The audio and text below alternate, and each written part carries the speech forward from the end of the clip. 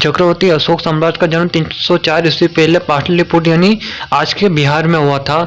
वो बिंदुसार और यशोधरा के पुत्र थे और चक्रवर्ती अशोक सम्राट महान वीर चंद्रगुप्त मौर्य के पोते थे। चक्रवर्ती अशोक की 4 पत्नियां थीं, देवी करौकी, पद्मावती और तिसारिका। इसके अलावा उनके 4 बेटे भी थे। 4 बेटे में से महेंद्र, सांगाई, तिवारी और कनक। उनकी एक बेटी भी थी जिसका नाम चारुकी था। अशोक सम्राट को बचपन से ही शिकार का बहुत ज़्यादा शौक था और वो इस काम में निपुण हो चुके थे। जैसे ही वो बड़े हुए उन्होंने अपने पिता के साथ राज्यभार में उनकी मदद करनी शुरू कर दी। वो प्रजा की बहुत ज़्यादा सेवा किया करते थे। यही कारण था कि प्रजा भी उनका बहुत ज़्यादा सम्मान करती थी।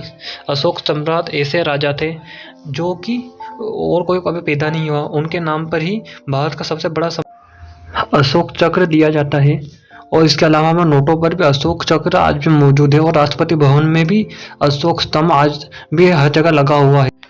अशोक एक ऐसे राजा थे जो इतनी ज़्यादा शक्तिशाली थे कि उनके सामने कोई टिक नहीं पाता। बड़े बड़े राजा उनकी सेना और उनका नाम सुनकर ही आत्मसमर्पण करते थे। ऐसा कोई राजा नहीं था जो अशोक द ग्रेट के सामने युद्ध में कभी जीत पाया हो, ऐसा कोई नहीं।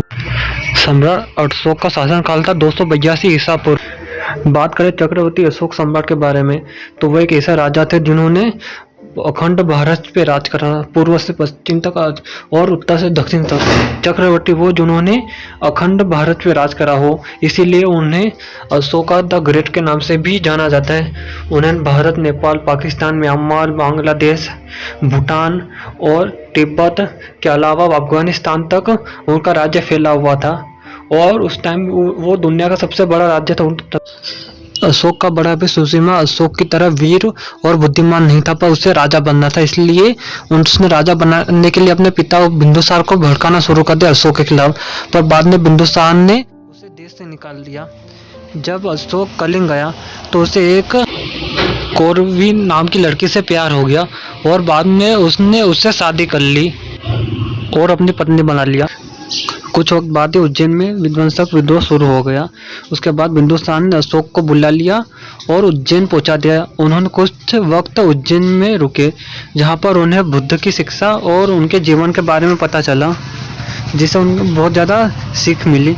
बाद में वहां के भिक्षुओं ने अशोका को बुद्ध धर्म अपनाने और उसका प्रचार करने को मना लिया।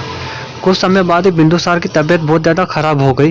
वो अपनी मृत्यु शैया पर पहुँच गए थे।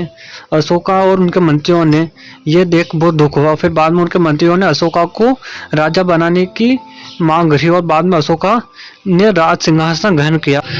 राजा बनने के बाद अशोक ने पाटलिपुत्र पर हमला करा और उस हमले में उन्होंने अपने सभी भाइयों को मौत के घाट उतार दिया था। राजा बनने के बाद उन्होंने कई युद्ध लड़े जो कि 8 सालों तक चलते रहे, जिसमें उन्होंने अपनी सीमा दूर तक फैला ली थी और उसके बाद उन्होंने अपने राज का विस्तार करा और साबित करा कि वो एक बहुत ही ताकतवर और राजा है। इस वक्त उनकी रानी ने एक प्रिंस महेंद्र और संगमित्रा को जन्म दिया। अशोक के जीवन का सबसे महत्वपूर्ण समय वो था जब उन्होंने कलिंग से युद्ध करा था। हाँ दोस्तों, कलिंग जो कि आज के टाइम पे उड़ीसा के नाम से जाना जाता है। उन्होंने कलिंग पे से युद्ध करा था जो कि बहुत ही ज़्यादा दयनीय था।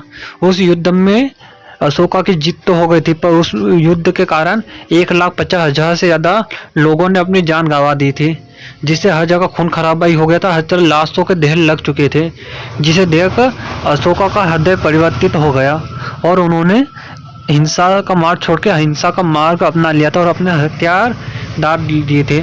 और कुछ समय बाद ही उन्होंने युद्ध को बुरी तरह छोड़ दिया और बुद्ध धर्म की ओर आकर्षित हुआ और उन्होंने बाद में बुद्ध धर्म अपना लिया और बुद्ध धर्म के अनुयायी बन गए।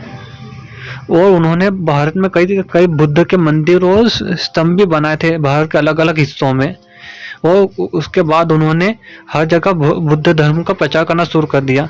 बाद में उन्होंने अलग अलग देशों में जैसे श्रीलंका, नेपाल, सीरिया, अफगानिस्तान में अपने कई दूत भेजे जिन्होंने बुद्ध धर्म का इन देशों में प्रचार करा था। सम्राट अशोक के भेजे गए सभी दूतों ने धर्म का खूब प्रचार करा। सबसे ज़्यादा उनके बड़े बेटे को सफलता मिली बुद्ध धर्म के प्रचार में। उन्होंने श्रीलंका में जाकर श्रीलंका के राजा को बुद्ध धर्म अपनाने पर मजबूर कर दिया।